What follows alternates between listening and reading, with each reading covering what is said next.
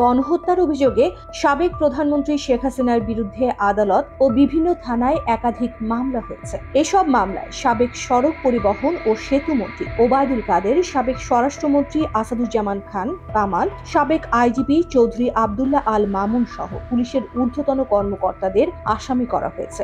এসব মামলা আমলে নিয়ে আদালত তদন্তের নির্দেশ দিয়েছেন। 19 জুলাই কোটা সংস্কার আন্দোলনে অন্যান্যদের সাথে মিছিলে বের হয়েছিলেন মোহাম্মদপুরে দারুন্নাথ জাত ইসলামিয়া মাদ্রাসার 4র্থ শ্রেণীর শিক্ষার্থী জুবায়ের হোসেন ইমন। সন্ধ্যায় র্যাব একটি হেলিকপ্টার থেকে ছোড়া গুলি ইমনের বাম কানের উপর দিয়ে প্রবেশ করে চোয়াল ভেদ করে বেরিয়ে যায়। হাসপাতালে নেওয়া হলে মৃত ঘোষণা করেন চিকিৎসক। হেলিকপ্টার থেকে স্নাইপার দিয়ে গুলি করে হত্যার অভিযোগে সাবেক প্রধানমন্ত্রী শেখ হাসিনা সহ 14 জনের বিরুদ্ধে ঢাকার সিএমএম কোর্টে মামলা দায়ের করেন শিশুটির মামা আব্দুল্লাহ আল সাইদ।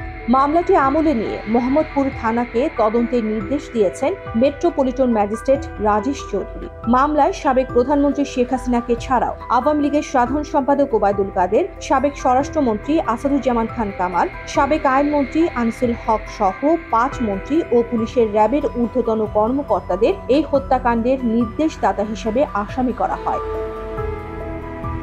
5 আগস্ট রাজধানীর শেরেবাংলা এলাকায় শাহাবুদ্দিন নামে এক যুবককে হত্যার নির্দেশদাতা হিসেবে সাবেক প্রধানমন্ত্রী সহ 5 জনের বিরুদ্ধে আরেকটি মামলা দায়ের করা হয় আদালতে।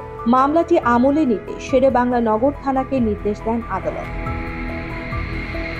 এদিকে গণহত্যার দায়ে শেখ হাসিনা সহ 7 জনের বিরুদ্ধে রাজধানীর শাহবাগ থানায় আরেকটি মামলা দায়ের করেন আন্দোলনে নিহত ইসলামুল হকের ভাই মহিবুল হক। গত 5 আগস্ট কেন্দ্রীয় শহীদ মিনারে বৈষম্য বিরোধী ছাত্র আন্দোলনের অবস্থান কর্মসূচিতে গুলিবিদ্ধ হন ইসলামুল হক। পরে ঢাকা মেডিকেল কলেজ হাসপাতালে নেওয়া হলে মারা যান তিনি।